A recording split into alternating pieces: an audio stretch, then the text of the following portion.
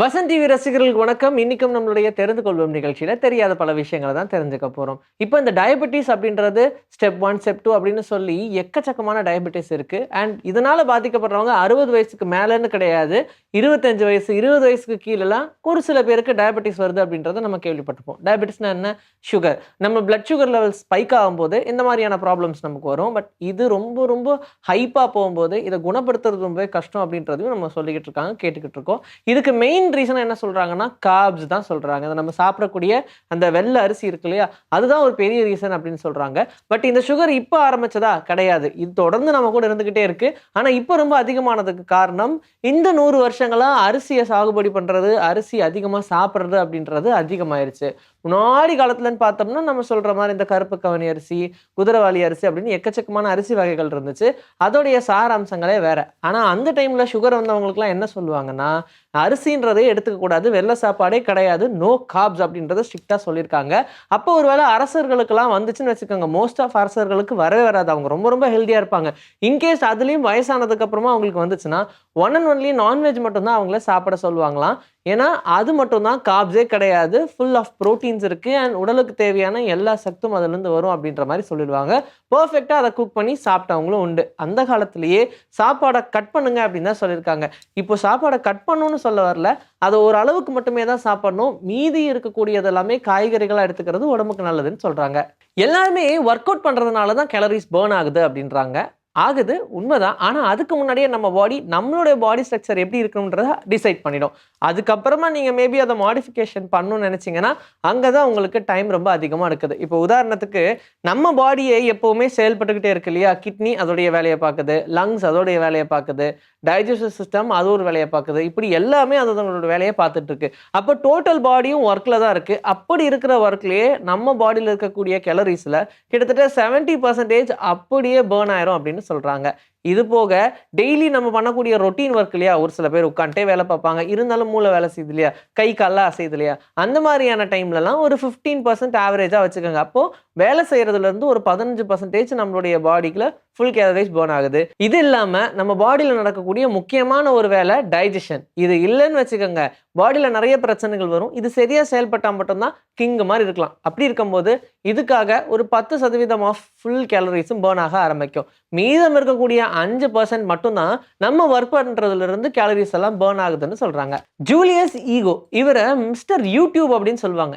ஏன் எதனால யூடியூப் அப்படின்னு சொல்றாங்க அப்படின்னு கேட்டா, இவரு கோல்டு மெடல் வாங்கியிருக்காரு ஒலிம்பிக்ஸ்ல, அதுவும் அந்த ஜாவ்லின் த்ரோல. இது எப்படி எவ்வளவு வருஷம்லாம் இதுக்காக ப்ராக்டிஸ் பண்ணிருப்பாரு அப்படின்னு கொஞ்சம் ஆராய்ஞ்சு உள்ள போய் பார்த்தா, இவர் பெருசா யார்கிட்டயுமே இதுக்காக ப்ரொஃபஷனல் ப்ராக்டிஸ் எல்லாம் எடுத்துக்கல.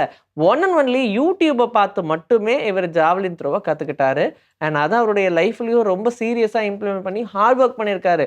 அதனால இவர் கென்யாக்கு கோல்டு மெடலை ஒலிம்பிக்ஸ்ல வாங்கி கொடுத்திருக்காரு. இவர் மட்டும் இல்ல, நிறைய பேர் நிறைய அத்லெட்ஸை தான் அவங்களுடைய லைஃப்ல இந்த யூடியூப் சோஷியல் மீடியாலாம் ரொம்ப யூஸ்ஃபுல்லா இருந்திருக்கு அப்படின்னு சொல்றாங்க.